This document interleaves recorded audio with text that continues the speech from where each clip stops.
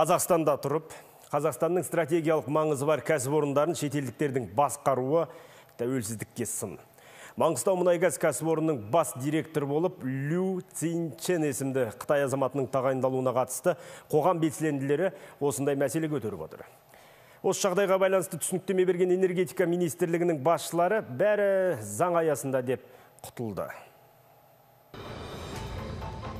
Маңғыстаумұнайгаз компаниясының ресми сайтында басшылардың тізімінде 3 Қытай азаматы тұр.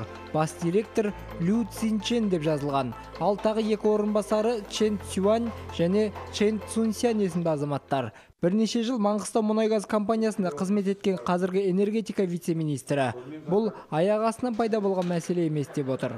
Маңғыстаумұнайгазды сатып алғанда Қазмұнайгаз 50%, CNPC 50% солай сол проектке жобаға кірген. Сода кіргенде сондай кезек қаралған ауысатын.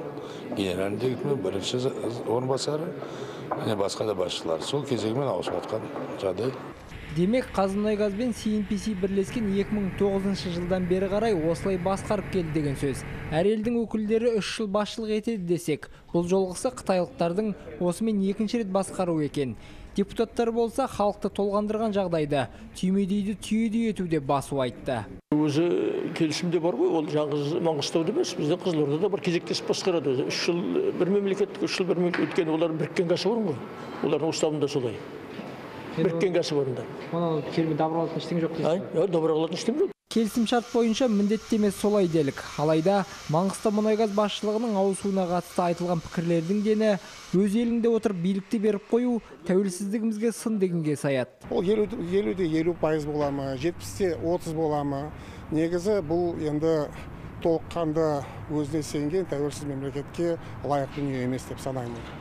Меніңше бұл үлкен біздің ағаттығымыз, басқа мемлекеттер ондайға бармайды. Тіпті 1-2% шетелдіктердің үлесіне кететін болса, кәдімгідей шу шығарады. Энергетика вице-министрі бас директор болғанмен бәрін өзі ғана шеше алмайды деп сендіріп отыр.